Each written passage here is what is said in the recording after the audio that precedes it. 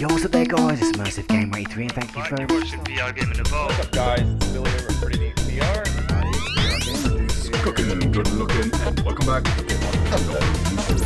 Hello, and welcome back to another Reality Check VR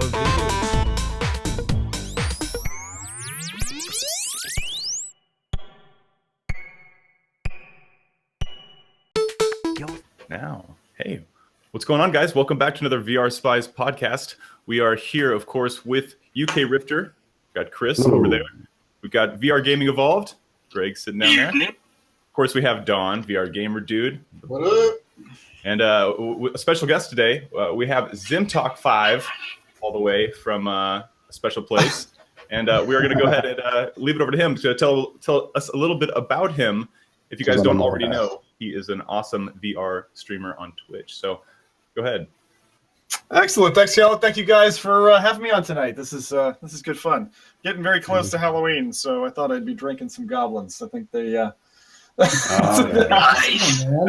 quite a multi thing. I wasn't sure what to expect when you have like little goblins on the bottle, but yeah, it's been good. It's been good the last couple of years. You know, it's hard to believe it's been like 3-4 years now since DK1 days. But I know.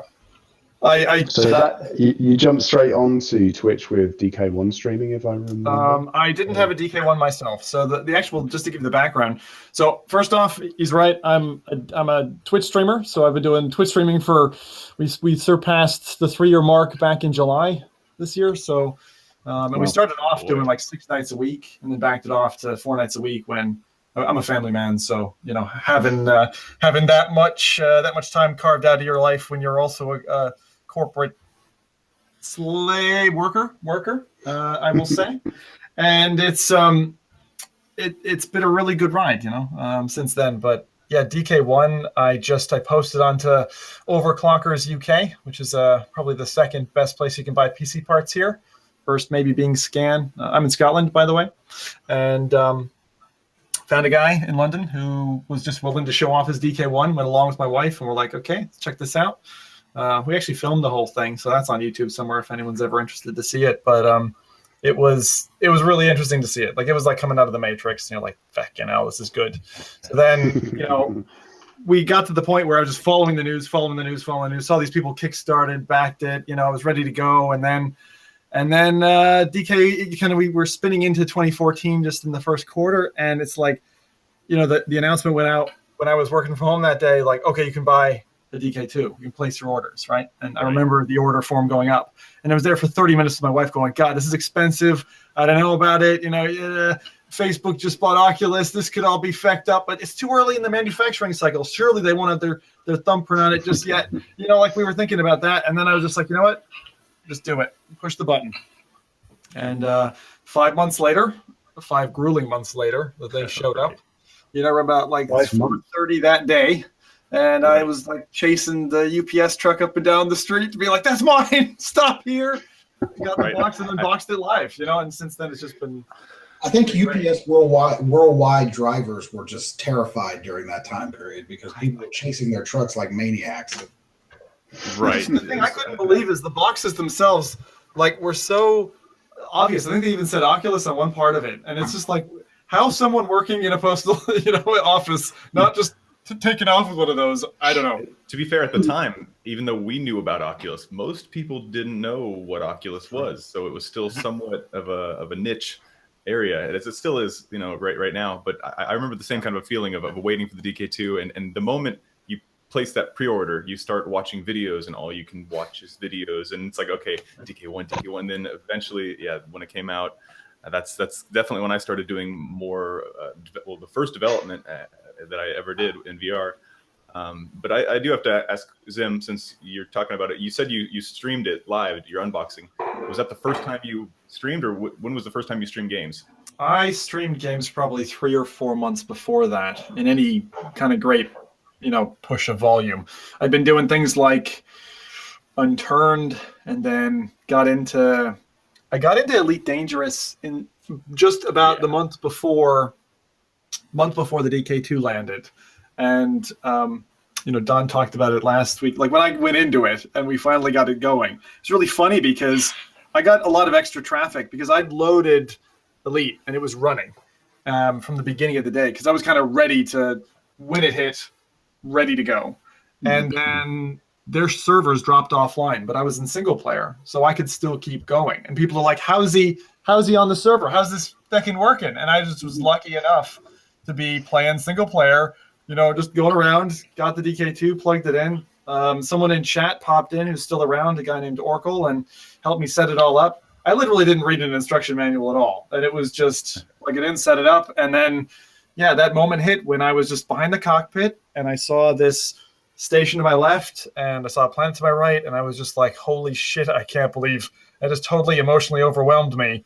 And that's when the tears bit came. And I just... No, man, it was the first time jumping into that game in the DK2 was, it was a magical experience. And I to tell you the God's honest truth, I had the same reaction the first time I came out of a, warp and hit the sun. And it was just like, boom, up in my face. And so, this is it. This is okay. This is what I've waited for all my life. John, I'm glad that you said that because that moment, that boom and the sun's right there. I had the feeling of before. The moment the sun was there, I had this really scared, awful, like, it was nope. It scared me. It honestly, because like from the up to down, like it was all sun, and that was the first time in VR I was like almost like fearful, and I was sitting in my chair, and yeah. I remember feeling the heat. You know what I mean? You sort of like, no, I'm not joking. It's like kind of psychosomatic kind of warmth. Oh no, that's too bright. I shouldn't be looking straight at that. But that's a beauty. Like the thing I really, really like about these headsets now, the fact that you can get really dark. Like it makes it a tough thing to stream sometimes because there's some games I literally have to go in and gamma the hell out of it just to be able to let people see it. I'm having to do that right now. I'm getting ready to preview a game that comes out on Halloween from Mag Studios called Refical, and it is super, super dark. But it just translates when you're in the headset. It looks phenomenal. It's like terrifying, but of course the video comes out so dark you really got to jack it up. Yeah. Have you guys had any experiences that you've had to pull the headset off? Like that's what I'm curious about. You're asking me this thing. You're seriously asking me this. This is an interesting segue into the whole Halloween bit now because we're seeing, and I suppose you're all getting the emails. Can you please review our special Halloween version of the same game you just played? There's a lot of it around now, isn't there? Huge influx of scary titles, which we've all got to look at, which I never really get on very well with. But is there anything particularly good out there in the scary title area that you know of? Well, the one that I'm testing, like I said, Refical, it is absolutely terrifying. They nailed it. It's using Unreal Engine graphics, and it is just the scale of everything is right. When you're walking down the streets of this neighborhood, you got the flashlight. It's so dark. You got a storm going on, and it's just insane. And I can't wait to show you guys this one. So I've not even heard of that one. Yeah, it's Sean Williams. It's Mag Studios. Oh, right. Okay. I did not know that. Starfighter CDF Ghost Ship. He was kind enough to give me an early look at it, and as far as I know, it comes out on Halloween into early access on Steam. But I'll be putting out a video here in the next couple of days. So that's gotta be a crowded environment, I would think. You know what I mean? Like Halloween Day, how many developers are targeting that? The thing that I found was actually, if you're talking about like proper horror, and I'll call it like Dreadhalls does a great job. Yeah, Monstrum does a great job. There's all these titles the ones that do it justice don't look very good, if I'm honest. The only one that I've seen so far, other than the big titles like Resident Evil 7 and what was the other one? Alien Isolation. Yeah, that stuff is great, right? Alien Isolation is a horror game, right? It is fucking hell. That game. Well, you asked when we pulled off our mask. That is the only time I have ever pulled off my mask was Alien Isolation. I jumped back into that. I just jumped back into that maybe a couple of weeks ago, and I honestly lasted about 1 minute. About 1 minute. I went down the ladder. I was like, no, I just can't do it. And I haven't gone back since. And I promised myself I would. Hidden Locker, just watching it through the slats, and I was like, yeah, no. Do they have proper VR support now for that? They do. Mother. Yeah. Not native, but it's been modded in very well. Right, I mean, I think right, you wouldn't be able to notice. But even back in the day, right, when they said, "Oh, sorry, it doesn't support VR," Right, you you edit could any file, and it basically supports it natively. It's You're just like, that come on, I did try that, but I did get to the point to where you'd be walking down, all of a sudden the tilt would change a bit, and so It's not quite perfect. It's not 100% perfect, but they've done a not bad job with the mod for bringing support back. I mean, I recently streamed, I think, 2 episodes of that, maybe about an hour and a half each, and it's playable, It's highly playable with the CV1. No, I agree. It's definitely better than it was with just the old I hack. I mean, they've added some other things, and I mean, I doubt it's possible. But if he could ever find a way to mod in motion control support in there, that would be fantastic. For the detector and everything. Actually, the scariest game element I think I've ever come across was in Alien vs. Predator 2, just the scanner. Because it would go vroom, vroom, vroom. You know what I mean? And then you get the little dots coming at you, and that would just terrify. And then there's steam and these metal things that you're walking across that break, and like that. That was the scariest moment I've ever had in my life. Was playing that demo off a PC Gamer UK disc and falling out of my chair. I literally fell onto the ground. That's how scared I was. Do you remember Monstrum with I think one of the most effective noises in the game is the noise of the security cameras. When the alarms go off, like a security camera catches you and it's like this, and it scares the shit out of you. Seriously, that game, every time. It's a brilliant horror, that one. Really good. It's very good. And it's funny because I was thinking about a title there a second ago, and now it's gone out of my head. But there was something recently that I was playing that was really good for that. I'll think about it again. I'll mention it. Nice. Well, did you guys actually finish Wilson's Heart at all? I mean, Wilson's Heart is supposed to be like the #1 horror game on Oculus, and I've not yet the first part of it. I get stuck in this one part, and I can't get past it, and I'm also still stuck on the whole movement thing in there, and it just it hurts me. Yeah, that's a bit tough, isn't it? Yeah. The movement mechanism in that is really head wrecking. But I did think that the quality of the title was definitely there, and it felt quite unique in the way it was presented from the very beginning. I loved you're pulling this. Was it pulling it out or plugging in the screws into your neck? Yeah, that was great. That was insane. They went for the overall, can we get everybody to play this game as opposed to just the people who know how to play VR games or, have the stomach for it. So I'm surprised there's no smooth locomotion in that. They should have allowed for options, especially in that specific game. I'm sorry, options. Just okay. So playing Arctica More, there is no way you could have locomotion in that one because there are so many times where they use teleport as part of the game mechanism, especially as you get further along. So, but in games from what I experienced in Wilson's Heart, you could definitely have it in that one. And once again, I'm going to bring up that game that I'm testing, Refical. Refical gets it right where basically I have my free movement on the left stick and I have my teleportation with the ability to change direction on my right stick. So, blending those two movement types into the game opens it up to where you can have free movement for the exploration and teleport to get to the spots where you need to be. Right. So, just saying. I just realized I haven't been monitoring chat. I think, Caleb, I've just jumped into chat now. So, guys, if you are watching this and you have any questions for Zim or any of the guys here, then please do write it up. Yes. And we'll be happy to answer your question. Yes. We don't have any. It's all gone quiet today. Yeah, but my inbox is literally chock full of. I've actually started for the first time ever. I've started actually pushing back on devs and saying, I'm sorry, I can't review this, because they send me Steam keys, and it used to be I'd cash it in and I'd have a go at finding some time to review it. But I'm getting to a point now where I just can't even promise that.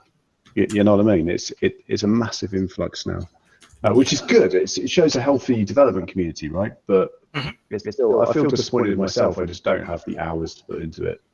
What do you guys say? Do you find yourself saying no to anything? Like, I'm curious. Like, are there things that you literally just go, either a polite no or an aggressive no? Gambling stuff. We say, well, myself and Greg have very strong ethics on all gambling things. So we got asked to do a few things with gambling, and we pushed back on it.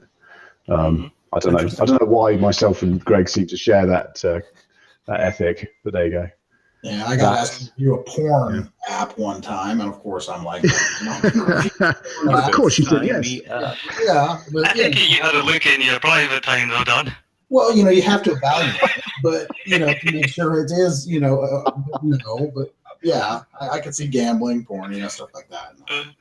Just avoid it. Interesting, because like the stuff that I usually turn down is anything that looks like I'll take a look at a video clip or something, or someone's done it on YouTube, and if it's like a wave shooter that looks like it was developed by a college student, then it's definitely getting a no.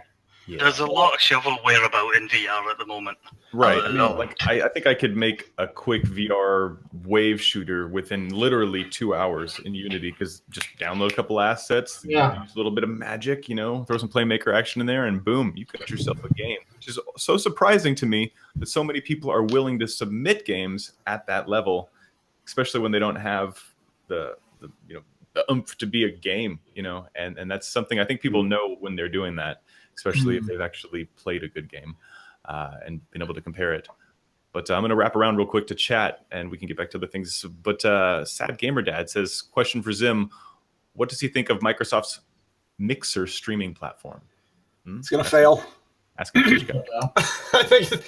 I don't say this as being a Twitch guy. I chose Twitch as a platform because of their community, and I don't know if you guys know the background, but essentially Google was amping up to buy Twitch at one point, and then Amazon beat them to the acquisition, if you want to call it that.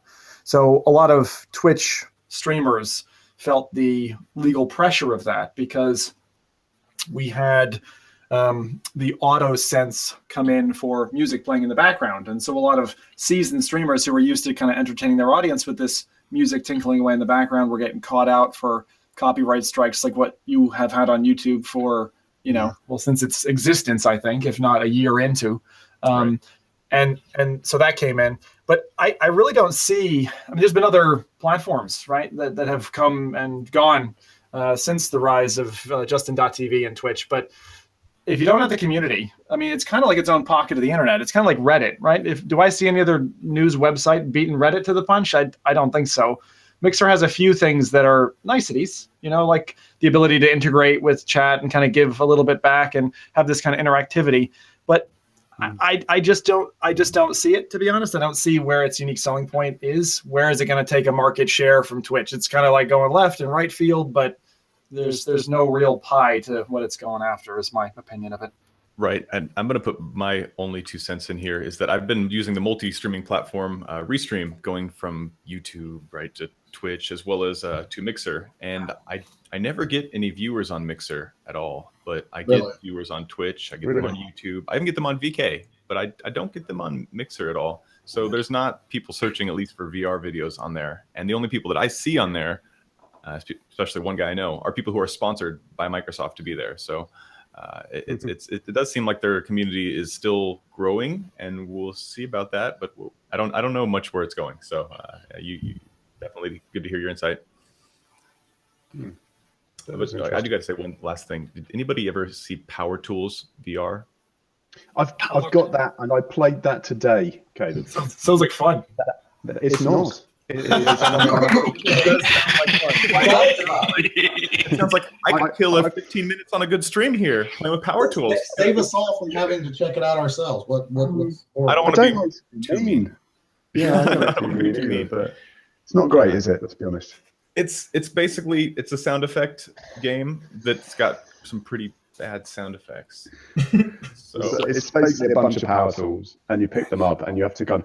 It sounds good in the description, because they say, oh well, you can carve and whittle away at like a block and make a pack, and it just doesn't work, does it, at all? Like none of the tools actually do anything. The blocks are like Minecraft blocks, but really tiny, and then when you hit them, they kind of don't fall away, and then when they do fall away, it's not wood, so they just disappear. Nothing breaks. Yeah.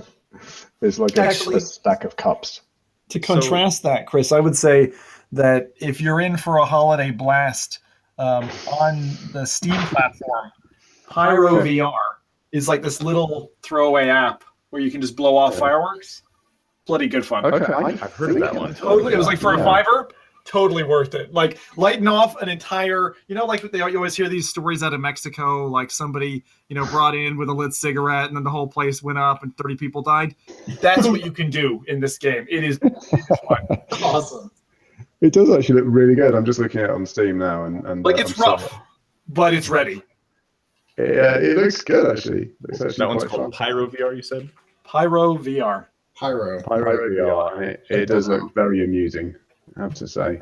So if you don't have fireworks, if you forget to kind of go out to the shops or whatever, if you got kids to entertain or you just want to entertain yourself, then it's a good little laugh to be on.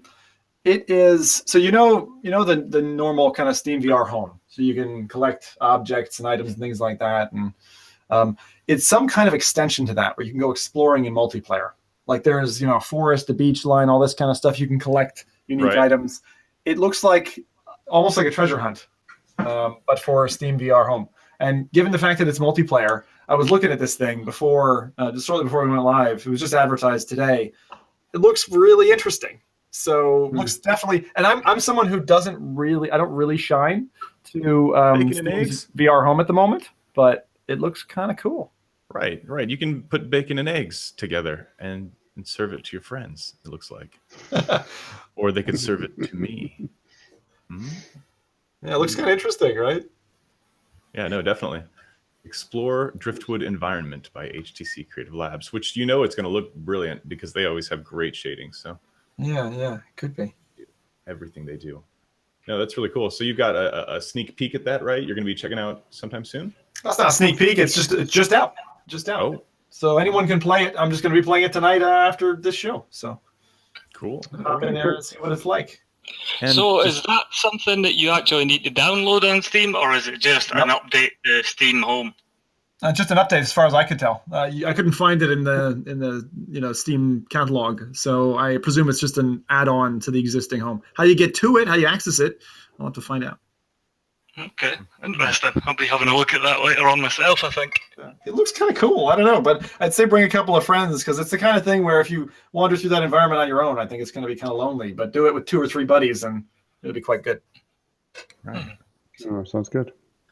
Well, and I am going to say, since I just have the moment too, and it's already up on the screen, we do also have a way to check out Zim's stream. If you go to Twitch, you can type in Zimtok5, and you'll see his channel, which looks like this. You're playing reruns at the moment. Is your channel always live? Is that Yes, crazy? it is. It's 24/7. Always. So it's 24/7, and we've got a game in there as well. That's the social multiplayer game. Sometimes I'm naughty. I'm not doing it right now, both hands off the keyboard.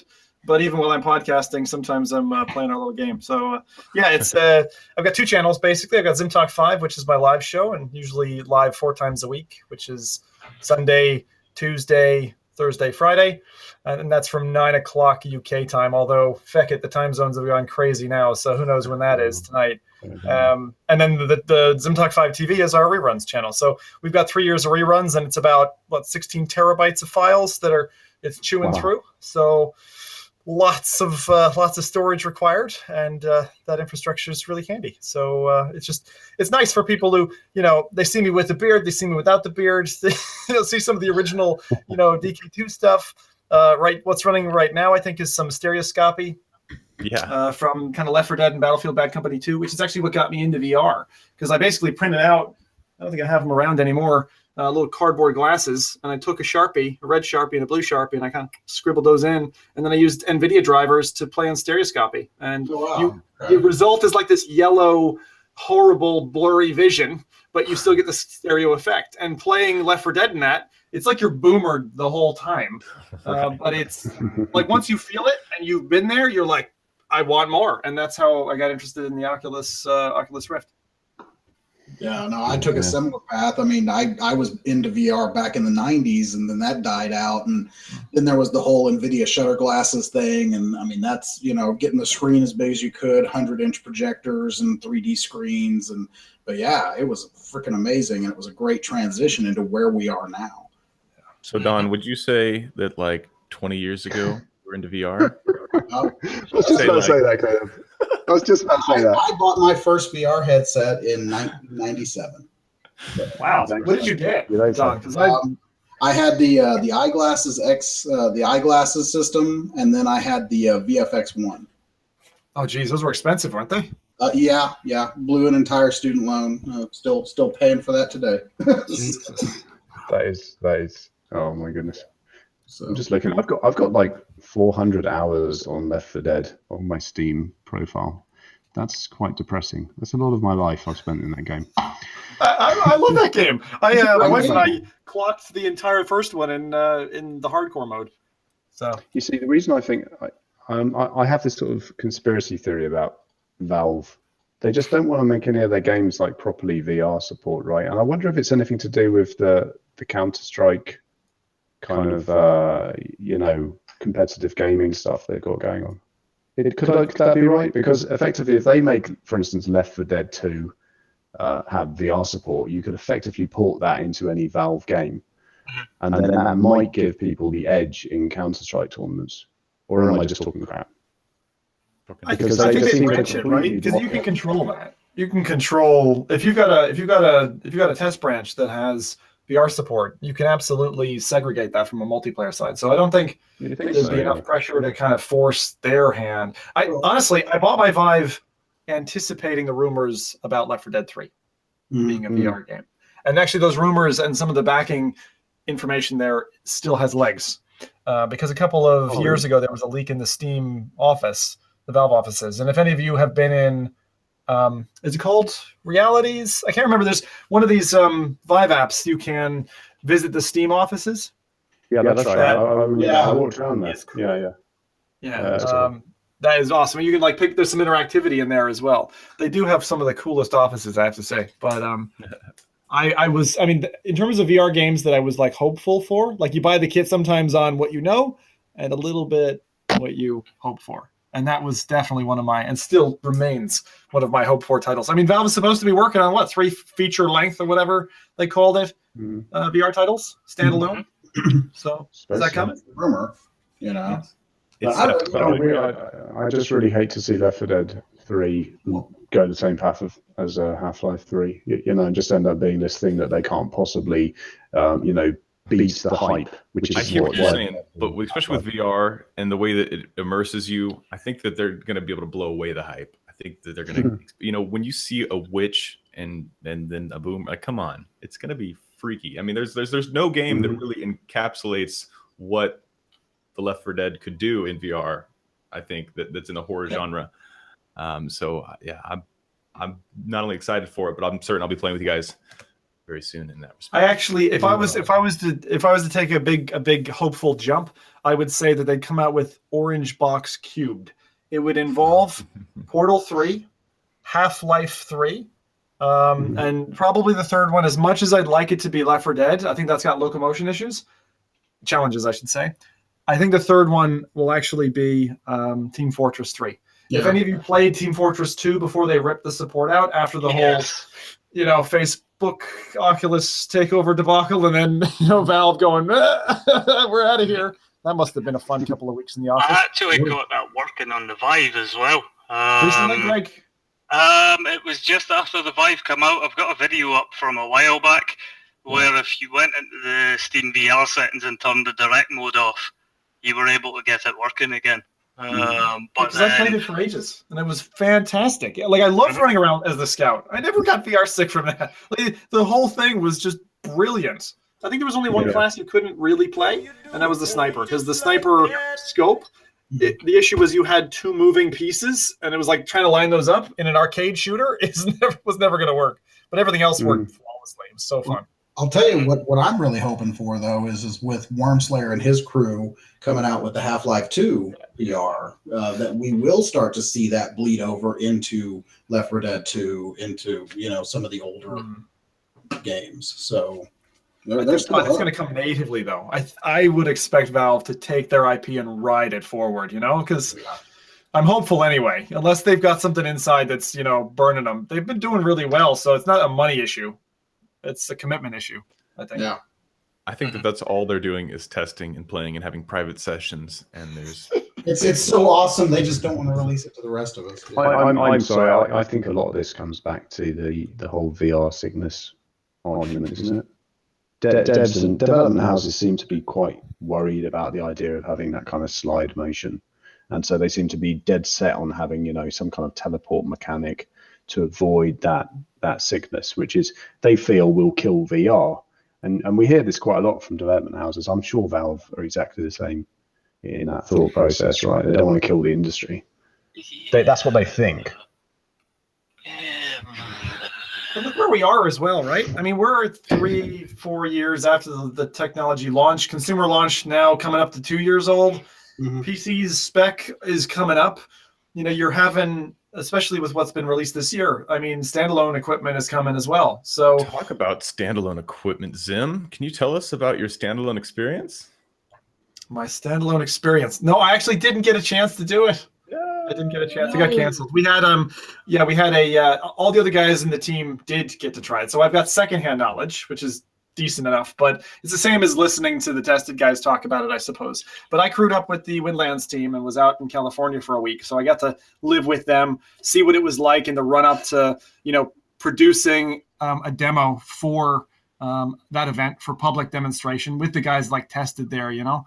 Whole bunch of different publications, even BBC and stuff were flown out to review these things. So seeing the kind of run up to Windlands 2 being announced, seeing what that was like on the kind of inside was very neat. I mean, I'm sworn to secrecy on a few things, but getting to try out the Santa Cruz headset, you know, 4 of the team of 7 got to have a go. And they said that, you know, in terms of its frame rate and its spec, it's actually 72 frames is what it's running at as a standalone headset. The weight and the kind of general balance feels DK2-ish. And in terms of resolution, notably increased beyond the point where SDE screen door effect is actually noticeable.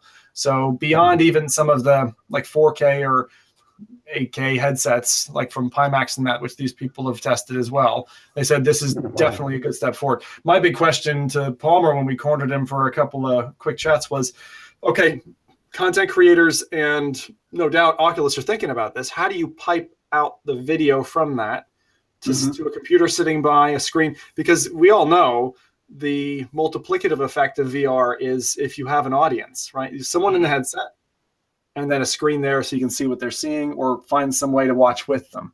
So that's my question, because if you think about it from a development side, there's got to be a resource tucked away specifically to hold that video, get it out of the headset, and share it in a shape and a format that's decent enough to be able to share it with the world, you know? Well, I mean, I face that all the time, even just trying to do recordings from the Gear VR.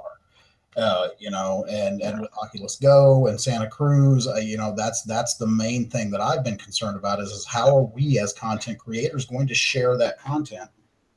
So I think it's something they can't ignore because it's free marketing in the end of the day, right? Exactly. And when you're trying to showcase to a room of people, you know, putting person A in and waiting for CD and E back here, we're all watching, you know, twiddling their thumbs. That's not a very saleable experience. So when you're that sales guy, you're going to want that support. So. Yeah, you're absolutely right. They need to develop some kind of a Oculus link that you have that just gives you all of your footage and volume and recording. You know, otherwise it's not going to be nearly as marketable as it could be. But it's a bright future, isn't it, guys? I mean, we're hearing about standalone headsets and stuff. I mean, we're not too far away from people getting pickpocketed on trains. Yeah. That's true. It's going to be an increase in my revenue stream for sure, yeah. Zim, so yeah, Zim, you talked about OC4. I did get to meet Zim at OC4, which is pretty cool. So I'm going to show over here, you know, a little bit. Zim was interrupting a lot of my vlogs. You know, he was constantly popping up, and he was there. But see, the one thing, Zim, is you had your camera with you all the time, and I never saw your vlogs. Where's your vlogs go, man? Yeah. So I was streaming quite a bit of it. So a lot of it was live at the time. Tends to be live and all that, but yeah, I got a new little gimbal, which was fun to do. But man, we actually took off after that, I suppose, first night and day meeting each other, and went off to this gamer bar that they've got there in San Jose, which is brilliant. I wish we had this back in the UK. It's called AFKGG, and it's literally a bar dedicated to gaming. All the cocktails are named after games. Downstairs is a complete full-up LAN with probably about 40 terminals. Upstairs, full-on like sports bar equivalently, but it's all games and esports and stuff showing. And then out the back, you have this like patio bit with like a 10-player arcade cabinet, which I'd never heard about, called Queen Bee. Fucking hell, the whole thing was amazing. So we got a chance to just chill for a couple of hours and then struggle with Uber cabs, I think, at the end of the night. So that was good. Yeah, definitely. I had a great time seeing that place. I don't know if you guys had a chance to see, but August put up this wonderful little GIF of us doing our head bob. That is probably my favorite GIF of the event. Yeah, I don't know how you didn't end up in that one, Zim. You were pretty much everywhere that whole time, but yeah, no, it was good to not only see you there, but I had to leave pretty much right after it got over. And as soon as I left, I got home and I looked at my account and I see you're sitting in San Francisco. So you were all over California, man, all over.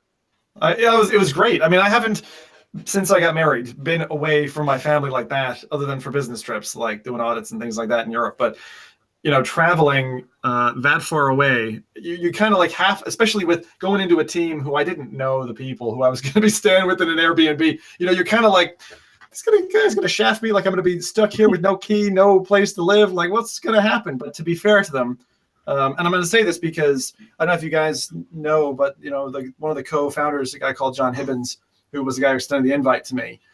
He got a bit of flack a while back on, for going after somebody really hard on Reddit. But he and his team, haven't seen it from the inside. He felt like the father. I'm not gonna say the father I never had, because I've got a dad who I look up to, but a gamer dad. You know what I mean? Like he has this this way he carries himself, and the team. A team who I respect now absolutely to the ground. They're all skilled individuals. They're all hilarious. We went off to like Six Flags and we were on roller coasters together. It was just brilliant seeing one of them anyway shut down, poor guy. And then we found out about these like California fires. We're like, guys, there's like fires 10 minutes away. We gotta fucking get out of here.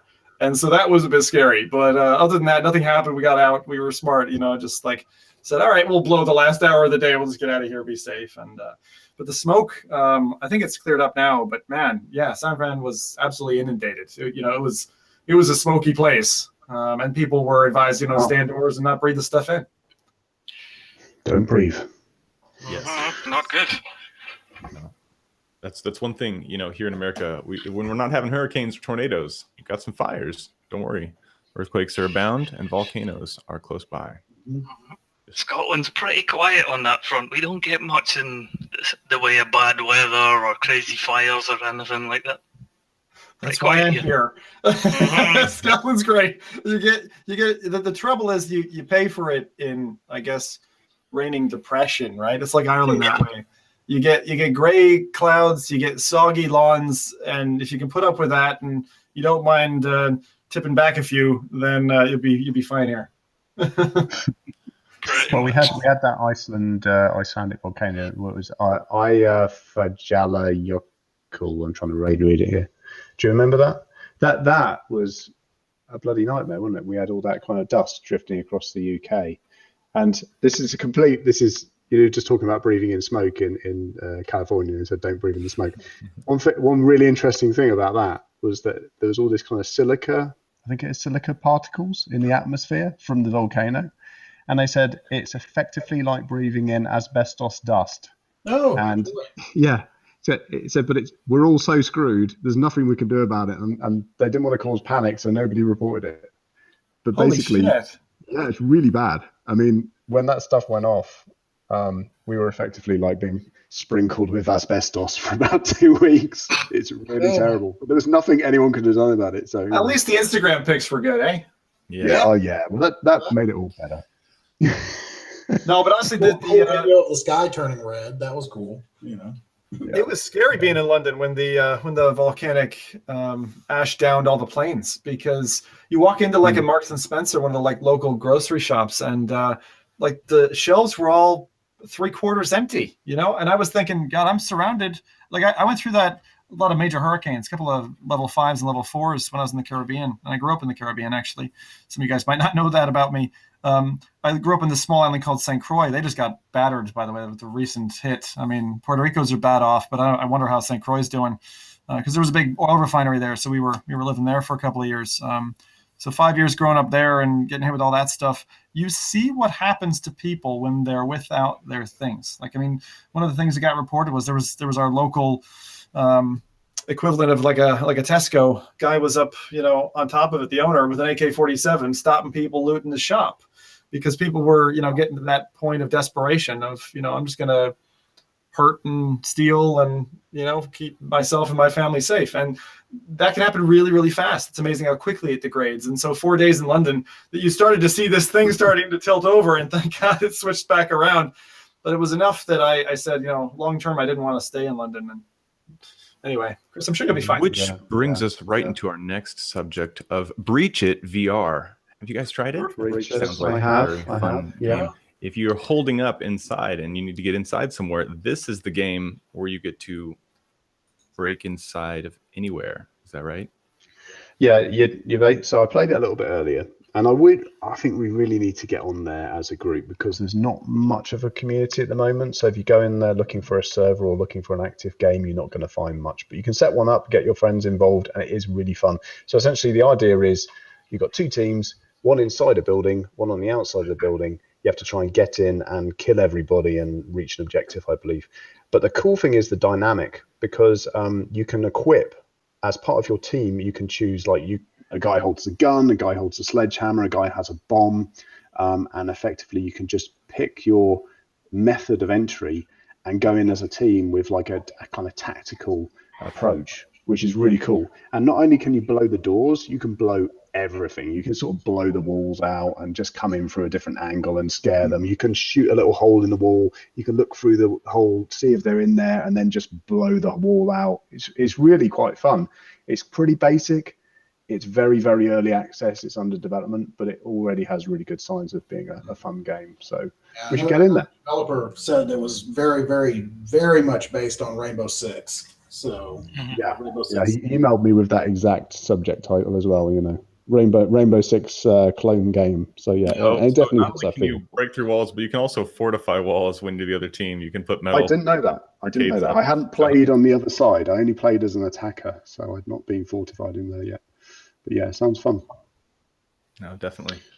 We should try and get a look at that after the stream if any of us have time. You know what? That's a good idea. Let's do that. There's another one that's not really something that we can play as a group, but I've got a key for it. It's called Giant Gorilla VR Party. You guys heard of that one? So what's great about games like this, and I haven't actually had to play it yet, but I did get to see it.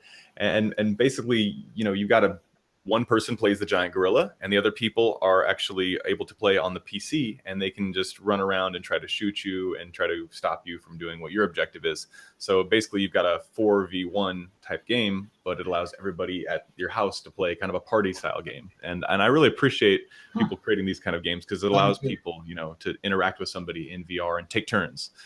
Is that called Late for Work, Caleb? Yeah, it's Late for Work. 2 titles, isn't it? Yeah, it's called Late for Work on Steam, and it had a working title of Gorilla VR Party or something, didn't it? Right. Yeah, I've played that, and I agree. That's a lot of fun. So were there actually gorillas in it? You are the gorilla. You are the gorilla, the guy in VR. Yes. Yeah.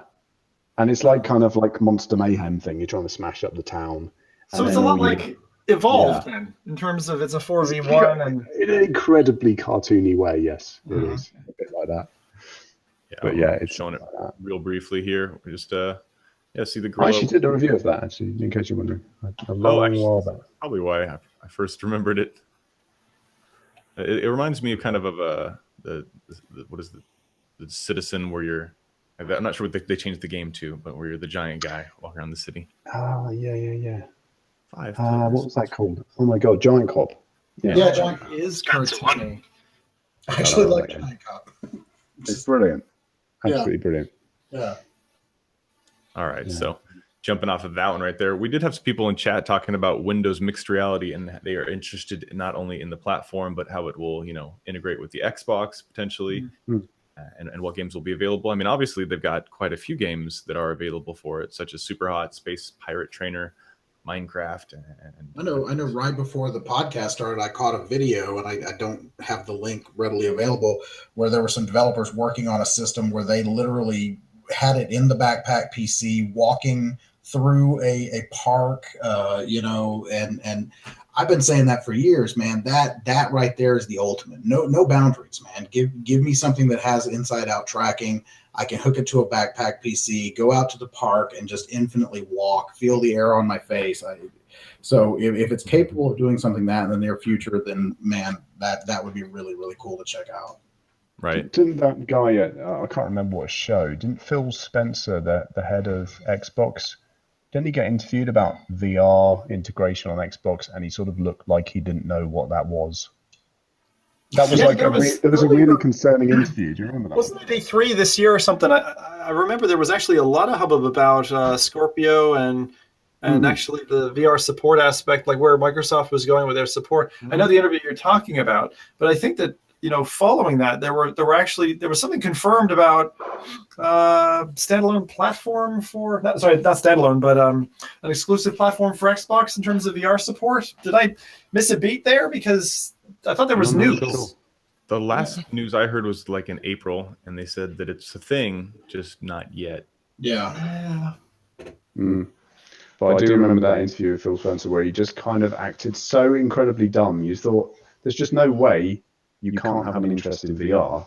So either you're completely lying, or you've got something hidden up your sleeve that you're not telling us about. And very strange interview. Definitely. And I'm going to go ahead and say again, anybody who's watching right now, certainly we appreciate you checking it out. And if you do have any questions for any of us or Zim, or just want to shout something out, we'll go ahead and read that in chat and do so. So definitely feel free to do so. And the only other games that I wanted to talk about was Skytropolis. I hadn't had a chance to play it, but it sounds like a Sim City type VR game. I was wondering if any of you had a chance to play it. Oh, I feel bad. That's one of the ones I emailed back today and said, sorry, I simply don't have time. It looked really complicated and really quite interesting, but I just thought I'm never going to get time to look at it. But yeah, it's like SimCity-ish game, building game. Yeah, they'll like the little, you're like a giant and they tell you what they want and then you build it. And if you build too much of one thing, then you ruin the infrastructure of the city. And it looks like a well-made game. Thought for me, man. I just with games like that, it taught me don't go into government. Yeah, exactly. I don't want to deal with that. Just let someone else deal with all of that stuff. I'm just happy when it all works. So. Okay, so I think there's a huge room, a huge genre for that game, but apparently it's not these guys. Okay. Yeah, no. Nope. I would play it. I don't think I've heard of it yet. So it's kind of an interesting premise, though. But there's definitely scope for games in that space. Also, I've seen several games touch into strategy, but not quite tap VR right. Like Dragonfront was like the CCG one. I think they did a really good job as a 22-odd year Magic the Gathering player. I really appreciated some of the dynamics that they brought into that were really solid. There's a new game, I'm trying to remember the name of it, that I played. It was just released about a week ago. It was there in OC4 as well. Skyworld? Yep, Skyworld. Which, again, I'm thinking, like, if I'm streaming it, it probably won't be great to stream. Like, that's one thing. Just like Dragonfront. Dragonfront is not a great game to show off to an audience. But as a single player with a headset that maybe is gathering a little bit of dust and, I don't have the titles that I want, that title probably has a fair amount of depth to it, So have you guys come across any strategy type titles that you found either old or new really hit the button? There was one. Landfall, was it? Landfall. That was good. Yeah, I like that. Landfall was all right. I'm not really into the strategy that much, but Tactera, that's the original, wasn't it? So I quite like the Subnautica kind of strategy. And then E. McNeil had a follow-up to that, and the name escapes me, but it came out on Gear VR, I think, last year. That followed up on Tactera, and it was also pretty damn good. Oh yes, I know. Chuck, I don't remember what it's called. Apocalypse. Yeah. Does Subnautica count as? I don't think it does. It's more survival. No, not really. It's more survival. But you're talking about strategy, like so tower defense is strategy, right? So yeah, even tower defense. Oh yeah, sorry, Kitty Apocalypse is amazing. Kitty Apocalypse is actually I really like that. I know so tower good. defense isn't for everyone, but yeah, it's We good. played it in one sitting, 16 hours. Boom, done. You've got AirNet Command as well. That was quite good. It's slightly older now, but AirNet Command, that was an RTS. That had a proper price tag, didn't it? That was like 50 quid. I think it was, yeah. Yeah, I stayed away from it for that. Okay, I'm going to go ahead and answer your original question, Zim, from a long time ago, because I just said it a second ago and I'm thinking about it now. Subnautica, when I think about that game, although, there was some puzzle elements in there, I only played it early on. I didn't play it recently. That game, to me, was the first and only game I can really think of where I pulled my headset off. It freaked me out when Yep. The reflections and the lighting was really good in the game. The dinosaurs looked pretty real. I knew they weren't real. I was in my room. No big deal. I'm running away from the dinosaurs, hanging out with my friends. Billy's in the room with me. We're having a good time. No big deal. I walk up to a dinosaur. I try to punch it. It swings its tail at me. Looks really real. Freaks me out. But no big deal. I run away. The dinosaur's chasing me. No big deal. Billy leaves. Dinosaur's still chasing me. I run into the water. I go into the water and I'm swimming just fine, right? And I see these two little gray blurs, and they turn from little blurs to freaky shark with huge teeth, and that freaked me out more than that's Ark. You're talking about Ark. It's not Subnautica. Subnautica's not dinosaurs. Wow. But, you are right. I did the same thing. I had a saber tooth chase me down, and I was screaming like a little girl. Confusing the two. Yeah. That is. They're very similar games, though. In fairness, I would say there's some elements of Subnautica when you come up on a couple of those things under the water. I played them both at the same being time. under the water is dreadful in itself. So. Yeah, Ark is a fantastic game, though. I mean, you're right. That is quite creepy, and you do feel. It's funny you say that. If you don't have someone in the room with you, you do feel a lot more alone, and that's even more true in VR, right? That's why I absolutely love VR multiplayer. I can play zombie shooters. You remember, Greg? We played Killing Floor all the way through. We played Arizona Sunshine all the way through. I probably couldn't have done that by myself. In fairness, I couldn't have done that by myself. Even though, actually, I am by myself, right? Physically, I'm by myself in my room. But it's such a strange feeling. Never by yourself, not when somebody's in here. I find for me, I feel more alone if I know there's someone in the house but not in the room I'm in, than the house is empty. Yeah. I know what you mean. You can be spooked by that person, and I think there's like this residual. They're gonna do something. Depends on who you're. That's happened to you before. So. Yeah, that's very true. Anyway, I can do horror. Jay says I can't do horror. I can. I was just saying that.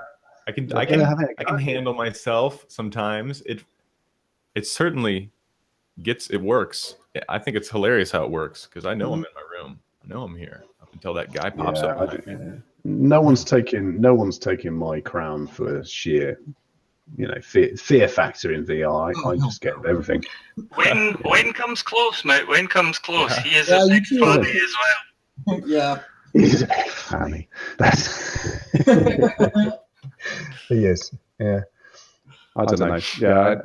It is Halloween again. And I said this at the very beginning of the podcast, and we're getting all these requests to do Halloween scary stuff. And every year I do the same thing. I'll release a whole bunch of videos where I scare the crap out of myself again. And I actually don't like this time of year because I have to do it. It's the only time of year I have to do it. I just learned about this yesterday, Chris. I found a title for you, and because I say it, you're going to have to do it. Okay? Challenge. That's how it works. This is the challenge. It's Five Nights at Freddy's. Yes. Oh boy. Yeah. I have played a VR clone of Five Nights at Freddy's, but I haven't heard of that one. I'll check it out. Room scale and motion. Is it pretty good? It's quality.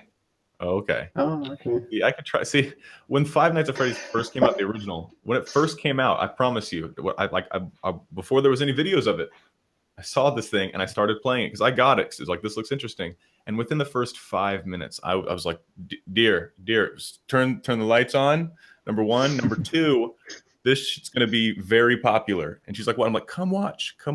And then after like one game, she was like, nope, I'm out. And that was it. And then from then on forward, the game took over extremely well socially. And I'm excited to try out a quality version of it in VR, because it is one of those games that it's not only fun to watch other people play, but it's extremely, it's like the sociopath type pleasure to play it. I'm going to show you guys a trick I use sometimes, because again, being a VR only streamer can be limiting it sometimes. 2 years ago in particular, we had some dry spells where it was like, well, there's nothing out. What are we gonna play?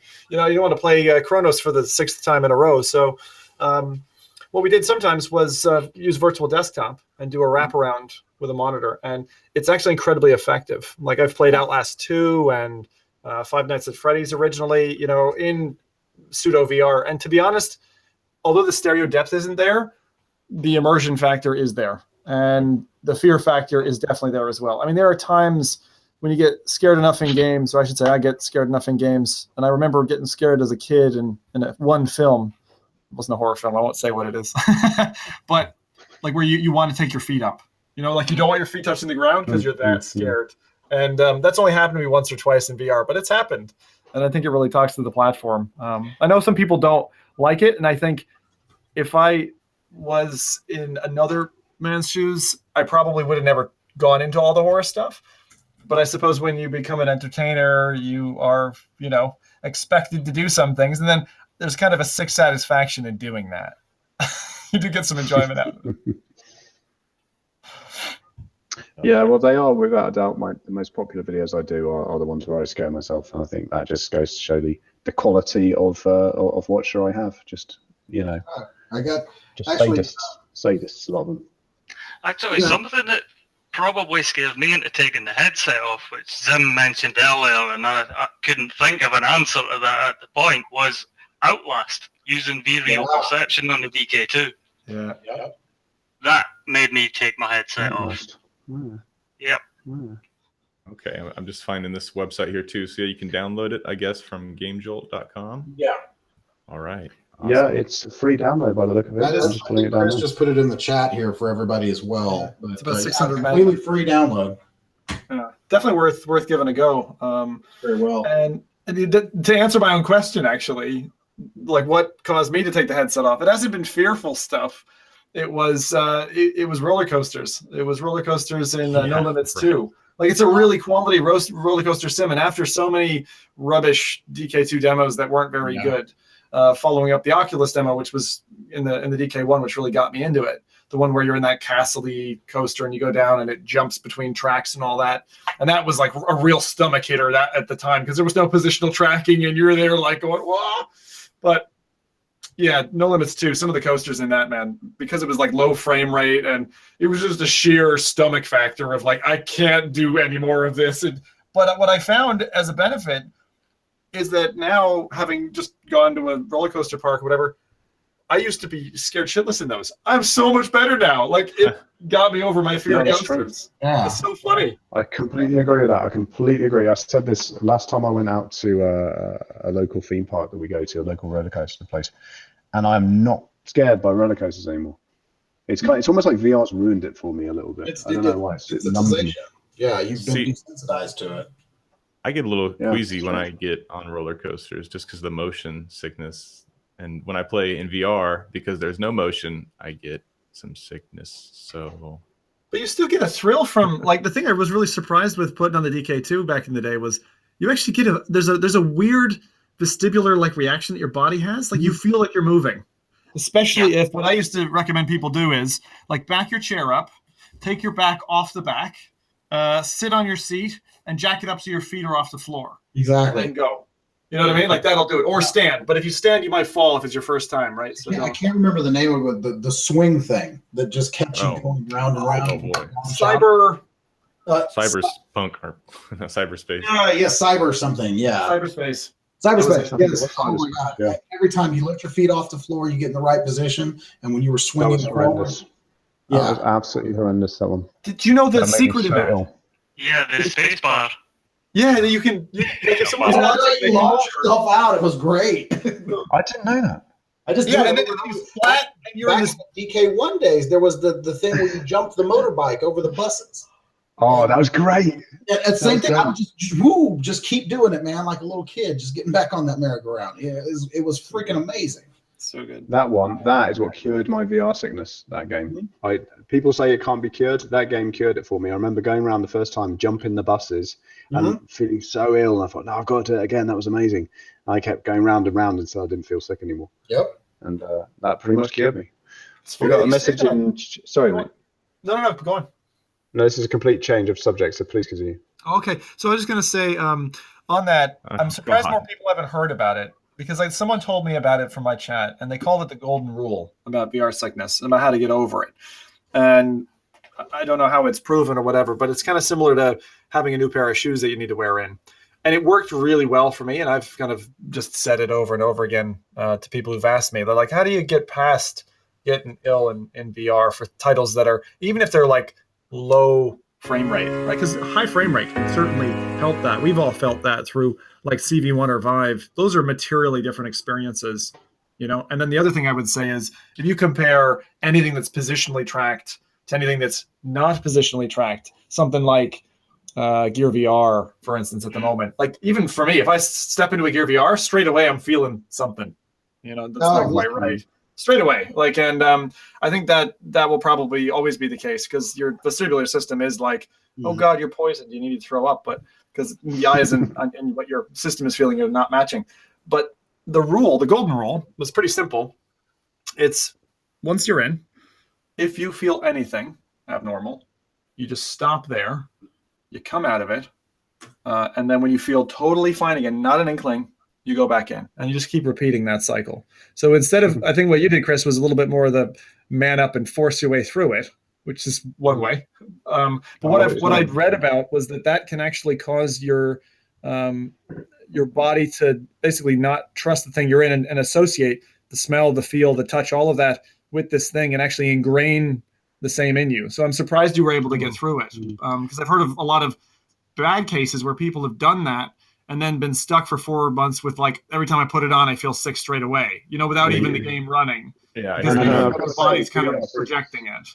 When I got it bad early on in my VR days, VR sickness is the worst feeling of sickness. So I've been sick, you know, on planes, boats, you name it, I feel sick in it. VR sickness it's like nausea that lasts for hours, if not days. It's crazy. It lingers, you know. Yeah, mine would always linger for at least the whole day. Like if I played a game, you put me out. Yeah, it's out for the day. Maybe tomorrow I can resume. But even what Zim said, sometimes even like the smell of the DK2, it's like, okay.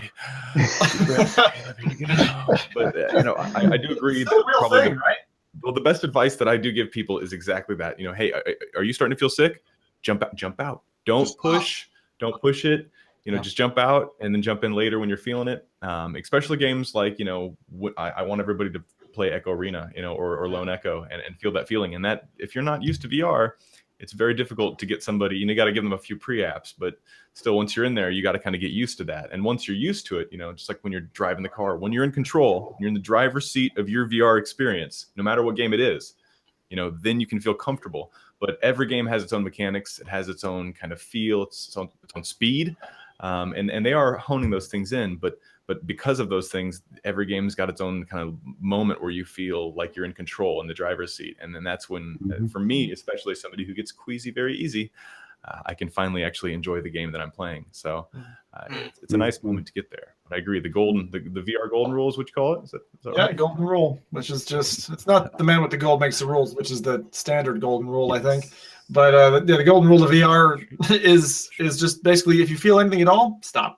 And I still use it to this day. How you want to be treated in real life, right? Shut it down. Jay mentioned Eagle Flight in the chat there. Eagle Flight had that kind of, bringing in the tunnel vision mechanic to stop you feeling sick. But I guess if you turn that off, you can feel pretty sick pretty quick in that one.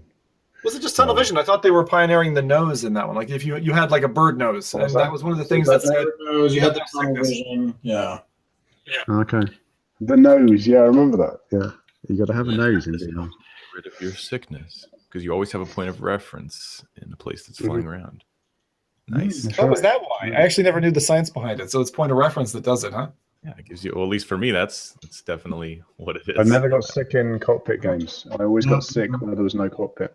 Yeah, when you can. Cockpit games are just solid, right? So you're not going to be able to play Superman in VR. No.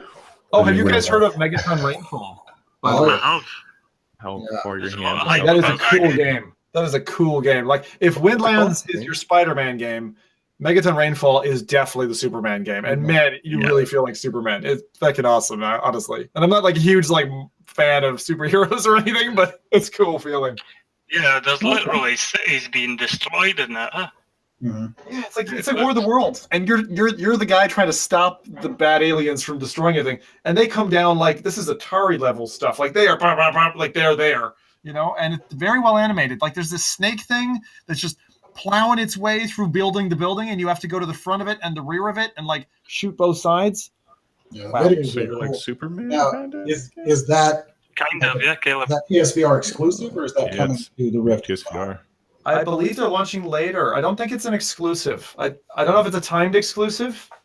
Someone's gonna have to Google that one. But like it's very Independence Day in terms of its presentation. If you mixed Independence Day and kind of like one of the original Superman films, like not the modern ones, but the originals, that's what it feels like. It feels like, and especially the introduction is like, you know, there's this special crystal and you got to go find these things, but then these aliens come down and they're just wrecking everything. The best part about it is when you misfire and you blow up a skyscraper, there are people screaming. And if you kill enough civilians, the game ends. That's it. You're done. Oh, man. Oh, see, the fact that you Okay, can like so zoom out Megaton and- Rainfall is releasing 17th of November on Steam. Oh, you can sweet. fly all the way out of the Earth and look down on the Earth. What's it called? I totally missed the whole the Megaton title. Rainfall. Yep, 17th of November on Steam. All right, cool. Good find, Greg. All right, I'm gonna definitely keep an eye on that one. Yeah, that one looks like a lot of fun. It's giving people too much power in VR. The thing I would say about it, because we were just touching on it, the fast movement, you move super fast in that. I have seen on Reddit, and this is why I kind of got interested in it. Apparently, it is not a stomach jerker, and for me, it wasn't. I didn't feel anything. I like It how you was can fly perfect. through the city and you don't hit anything. Yeah, I think it's because they've got clouds and all the atmosphere going past you all the time, so there must be that point of reference deal, you know? Yeah, I can see that. But the That does power, look the feeling absolutely of power is awesome. So definitely check that out when it lands. It appeals to my megalomania, so yeah, Yeah. this will does well for me. You could just fly anywhere around the Earth and then just land anywhere. Yep. That's incredible. Looks pretty sweet. I like it when you enter the atmosphere. It's like Actually, I've got another question for you guys, because this is the thing I always wonder, because some of you have been platform specific or bridged into two. I don't know if any of you cover all three like I do, but have you ever felt like there's a title out and you're just like, for feck's sake, I want to play that, but I can't because I don't have the headset? Resident Evil 7. Yes, the same. That's a good one. That's a good answer, by the way, because that one is Right special. there. I'm ready to pounce. I want that game. Come on. Should be by January, though, eh? Hopefully. You would have thought. But, I mean, you know, nobody's ever confirmed that there is a PC release for it. No, they didn't. There was a year's exclusivity on it, but they didn't say, yes, we are 100% doing it. Yeah. okay, since we're gonna Well, talk, but that brings up the point, if it releases for PC, now that we all have the motion controls, things like that, if they don't update it to work with motion controls, is it going to be something that people really jump on being a seated gamepad game? Well, there is that. There's a really interesting slant to this, actually, that the penny only dropped for me at Oculus Connect. Because headsets that are coming out now and that are being talked about are standalone, and typically those are with motion controls, the keyboard goes away. Exactly. And so does, so the gamepad does to an extent, right? For those who maybe don't have one in front of them, the difference between Oculus touch controllers and a gamepad, they basically just broke it in half, right? So there's not a huge difference. Like the parity is pretty easy for most games.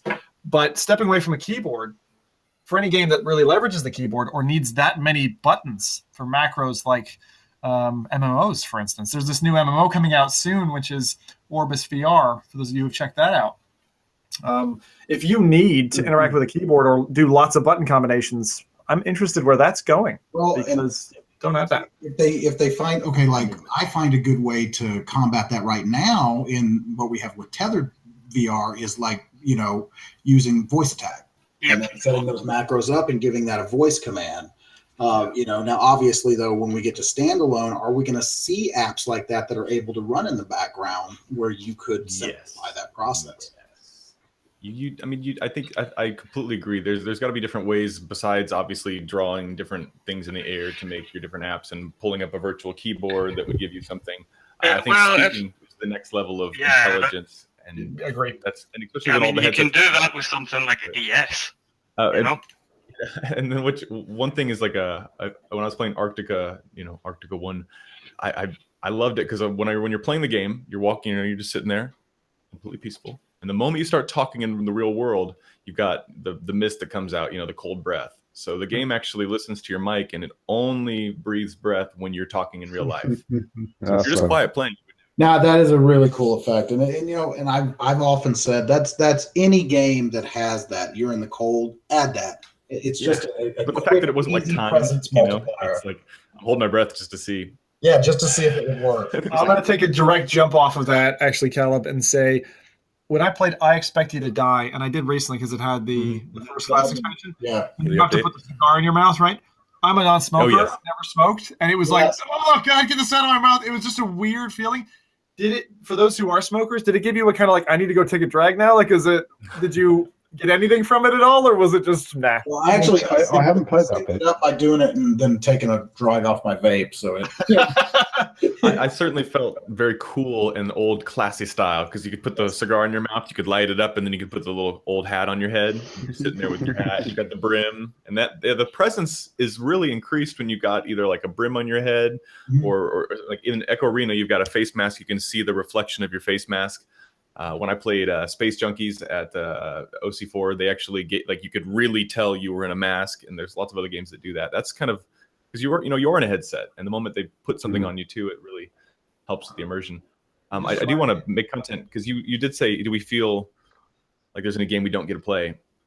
And there is a game. You guys will be able to see this, but there's a system, and that is Sega Vr, and I never got to get the system, and it was all the magazines talked about it. It was like $200, and Virtual Racer, man, I really wanted to play Virtual Racer in VR, but I never got the Sega VR. I thought that was never released though. It was the kids in the advertisement were playing it for real, which means they made some prototypes. No, they made it, but I'm pretty darn sure that Sega scrapped the project before release. You are right. They never released it, but I was really looking forward to Virtual Racer. I would have been on that like white on rice, man. I was lining up in front of Toys R Us or wherever sold it to get it.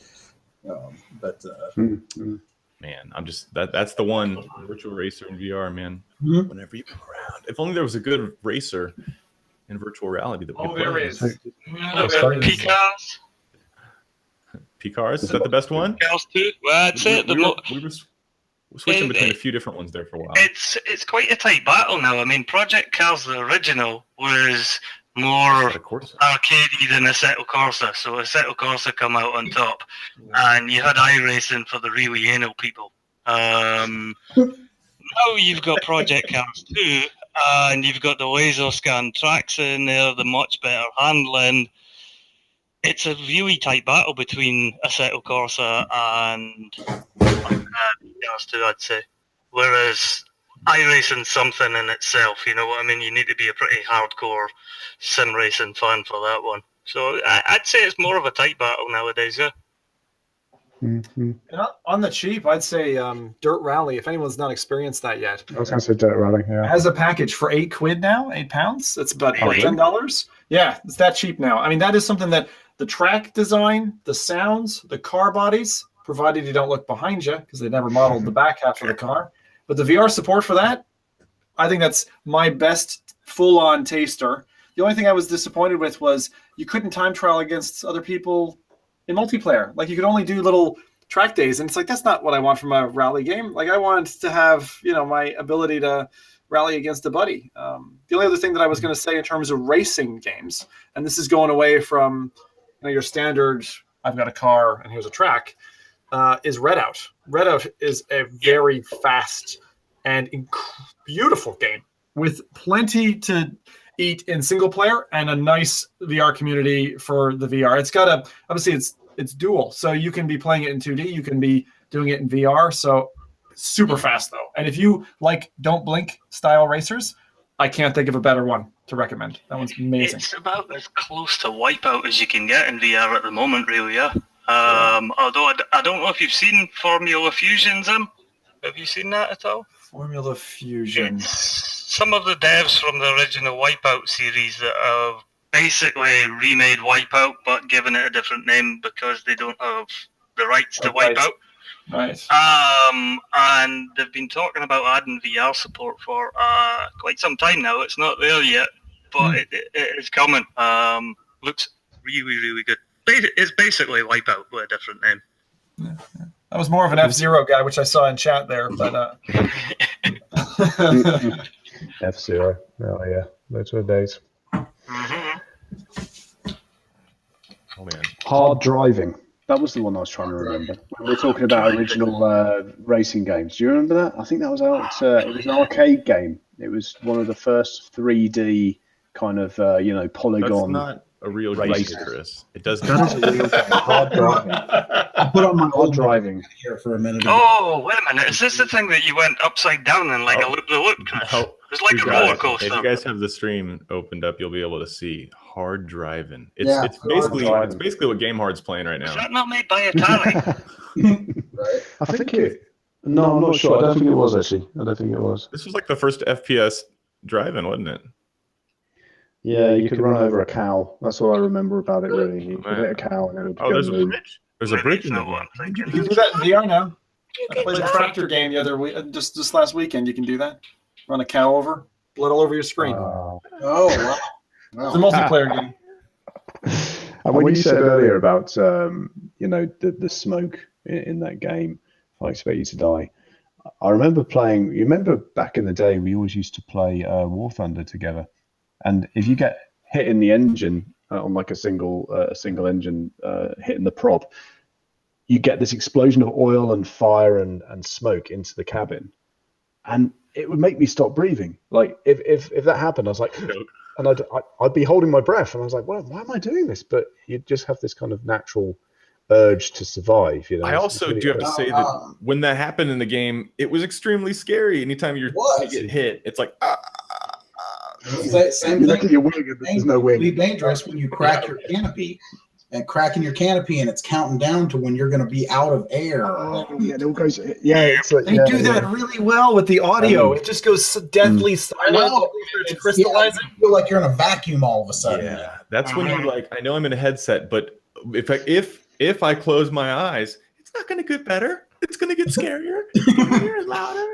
Like, and the like you're feeling like you're going to die is weird, even though you know you're not. It's a really weird thing that happens to your brain. That's very weird indeed. Let me ask you a question, you guys, again. Just about the side effects of VR. So when I first started, again, we keep going kind of back to memory road here. 3 years ago, I had definitive characteristics I was noticing on the road driving my car.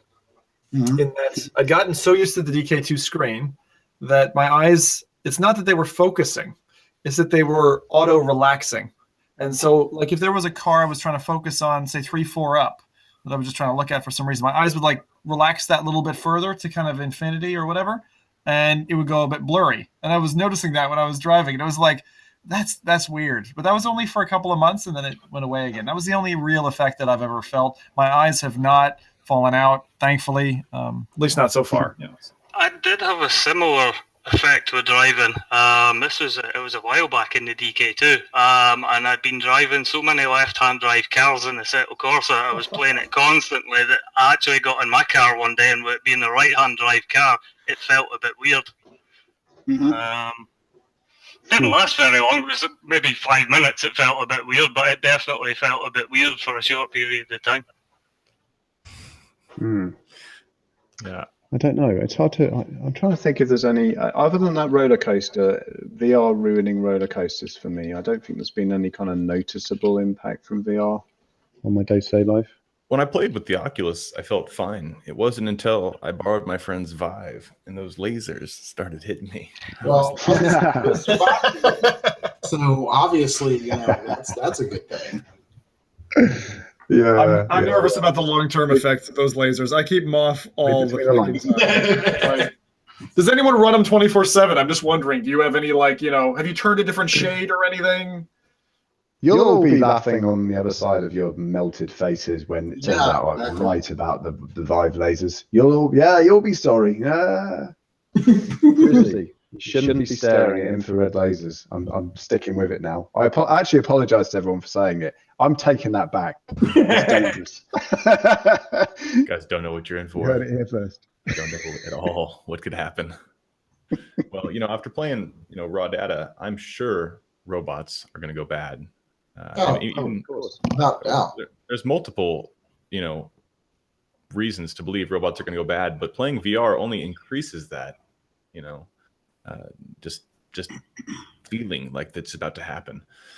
Either that or artificial intelligence is going to make enough bots to confuse us and take over the elections or something like that, right? Right. Well, for all the bots that are watching this right now, I submit to my robot overlords.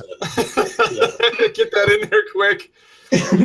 just saying. No. Robots watch everything. There's a little database there, Don. Okay. Yeah, I made the good list.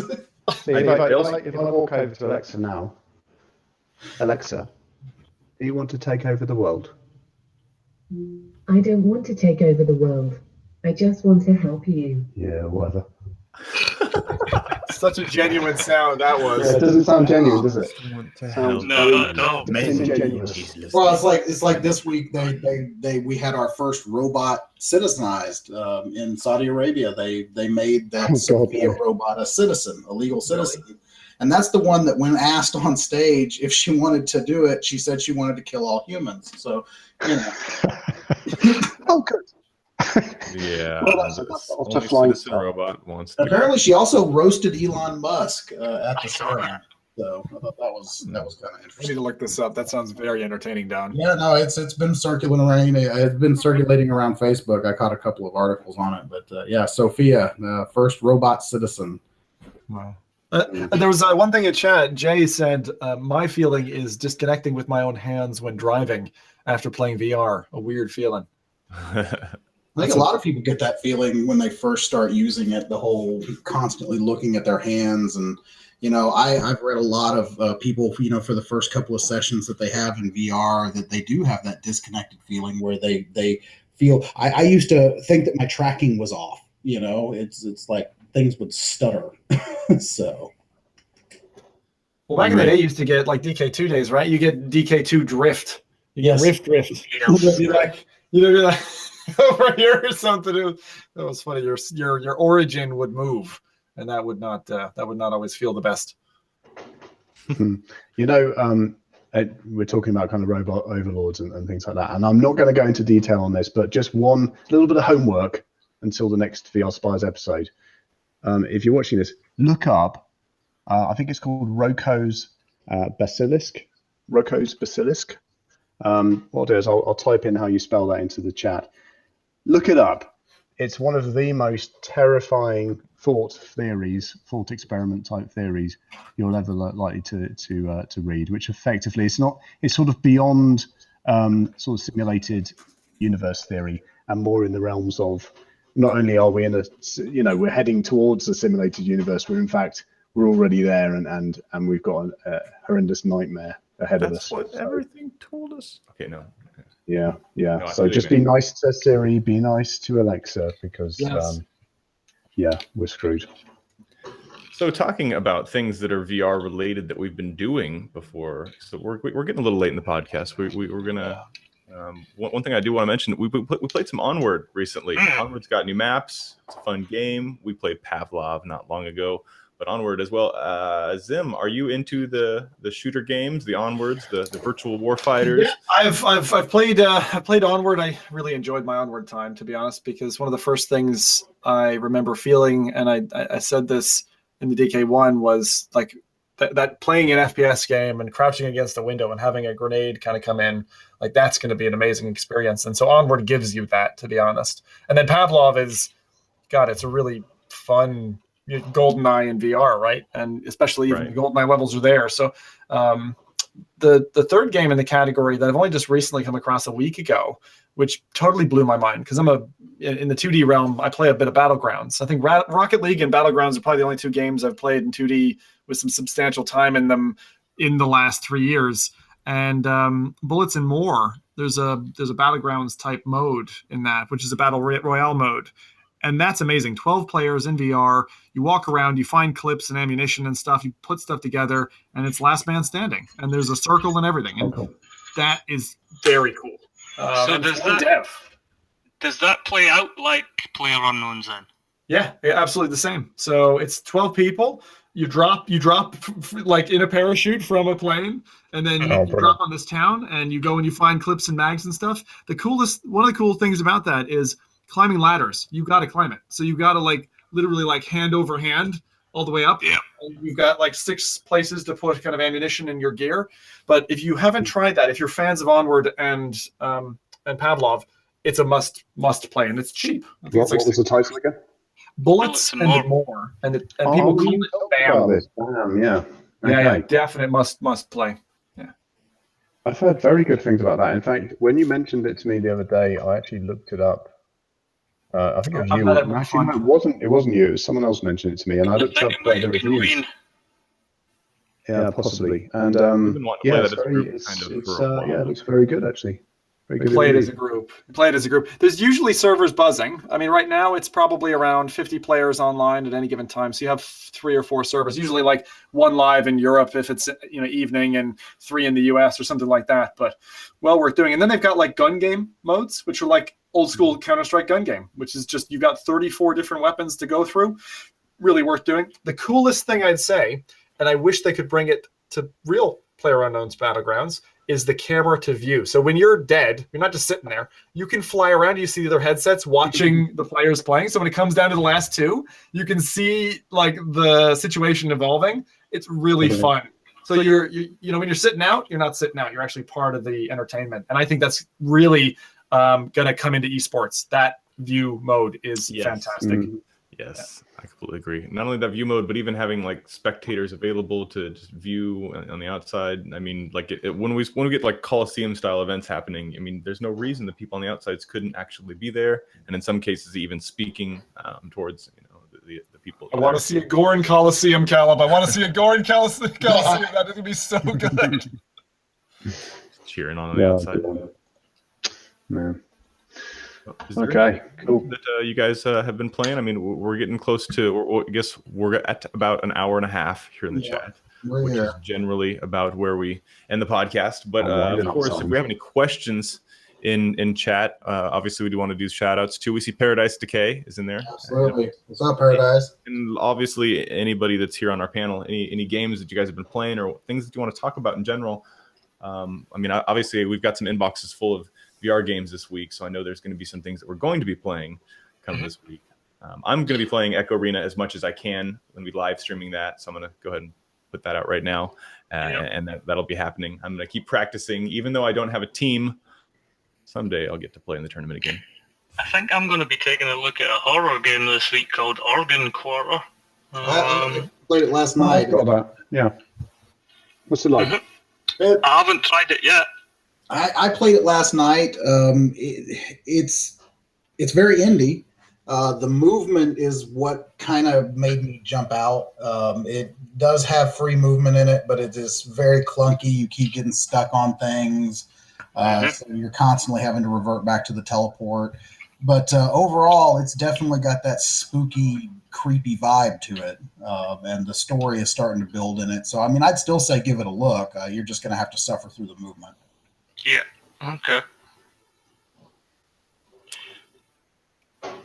I'm going to give one, which is coming in November, and which ate an entire weekend for me, which its original title, which I think is amazing, was Fistful of Stars, which had at the last minute need to be renamed to From Other Suns, which is an incredible 3-player. I'll call it, roam a ship, board other ships, go across the universe trying to get towards Earth from an alien ship coming after you. It's like FTL. If anyone knows the 2D indie FTL title, From Other Suns is my favorite VR experience, including the social aspect, that I've played ever. Yeah, playing it with Greg. Yeah. So From Other Sons is a lot of fun. One of the things that I really loved was when me and Chris went on the teleport pad, and it's straight out of Star Trek. So the blue light comes down, and awesome. Such a good feeling, right? Yep. It's just such a nice. Just watching Chris's body I never played disappear. FTL. Well, I never played Faster Than Light, but I played We Need to Go Deeper, which is a kind of like 2D kind of very similar kind of running a ship thing, and it just reminded me of that completely. But yeah, it's a lot of fun. right, and I do got to say with that game, I mean, just because we didn't explain it too well for anybody who's not familiar, didn't get to play beta. Basically, it's a game where you've got got a little mini map, and you can see your entire ship, and then you got other players, so you can jump into other people. Obviously, if you've got other people playing, you can play kind of like a Star Trek Bridge Crew, right? Where you're kind of just shooting other ships, and you're choosing what to shoot, whether it be their systems, their shields. And then at some point, you can actually start fighting the people, FPS style. So not only do you have the bridge crew aspect, but like you said, to teleport onto their ship. Yes. The weapons are amazing, but the fact that you can literally come up with strategies which are like, okay, I'm gonna just listen to your BS that's coming over, Mr. Captain, while I send two guys to teleport over, take down your entire crew. It's amazing. Like the parallels that you can do. You can do it straight up, like a good citizen or whatever. Pay the guy who's asking for a bit of cash, and he'll leave you alive. Or you can just go and f him up. It's just so. I really had loads of fun. There's so many ways to play it, and when you get boarded by like an alien race, or you find one of these like massive supercomputers surrounded by like mega bosses, it's just really, really playable. And we did 16 hours in it, and it felt like we hadn't even grazed the surface. It was just amazing. Oh yeah, no, I'm definitely looking forward to that dropping, man. And those weapons, fucking hell, every weapon was different, and colorful, and that was excellent. Yeah, it was just endless, wasn't it? The electrical discharge that bounces off that one. Yeah, I like that. Very, very cool. The team killer. Yeah, and they had the team killing, exactly. Very cool. All right. So are we at an end here? Any more questions in chat? I think we're there, man. Anybody got any last minute questions for us or Zim or? Well, I think we're going to be trying to do this podcast again next Sunday, if at all possible, right around the same time, which is changing for you European folks today. We have ours change. What did you say, on November 5th? I think it's November 5th, yeah. Which is the day we're doing it next week. So it should be 8 p.m. UK next time. Same time for you guys. Yeah. Okay, so the same time for us. For me, it is 3 p.m. Central starting time. Or, I'm sorry, 3 p.m. Eastern Standard Time. Maybe 2 p.m. Central. 2 p.m. Central. Yes. In America. And of course, we look forward to doing some more chatting. If you folks have some things that you want us to talk about, feel free to send us a message. I think we still have that link, team@VRSpies.com. You can email it, and it goes to all of us. And we can also hit us up on the forums over at forum.vrspies.com as well. Yeah. Oh. It's a good forum you guys have, actually. You might not know, but I've been a silent participant since you first set it up. We know. It's good. Like, I mean, you have at least a couple of articles a week that are really an interesting read. So, and it's well laid out. Well, thanks. So everybody who hasn't, go join the forum. It's awesome. Yeah, and if you haven't had a chance to yet, subscribe to all the guys that are on this panel. Okay, we've got @VRGamer Dude. Yep, and then we've got @VR Gaming Evolved, different, and then we've got UKRifter. Yep. Wait. UKRift. He's not in the same spot. UKRift. Well, it's @UK. Yeah. @UKRift. Okay. You guys got it. And of course, we've got Zim here, which you said to me, Zimtok5. That's it. Zimtok5. Zimtok5. Nice. What's the 5 all about? Is that just your favorite number, man? I'm all for consistency. It was the first ever name I picked up. I think it was 15, 14. Yeah. And it came out of a Calvin and Hobbes. There's a Calvin and Hobbes strip that they go to.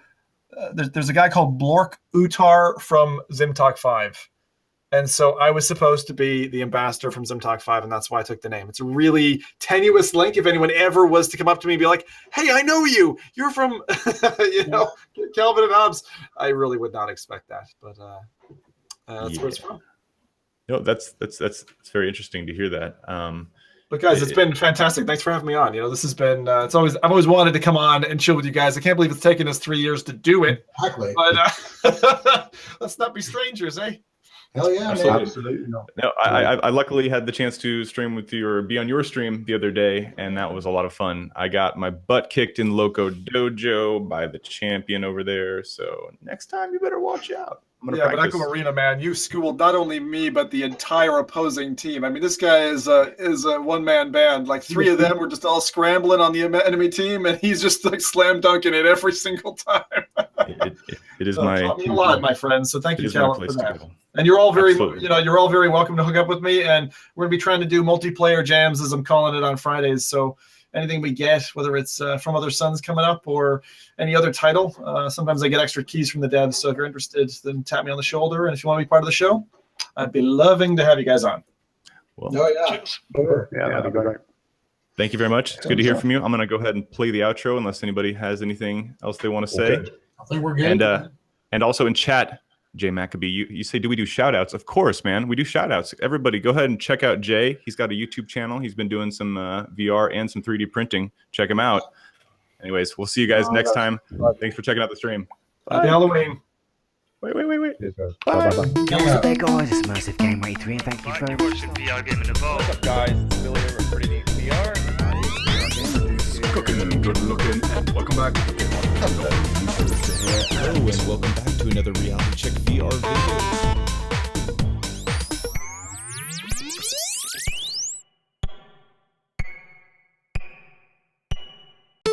Yo, what's up there, guys? It's Immersive Gamer 83, and thank you very much. Watching VR Gaming Evolve.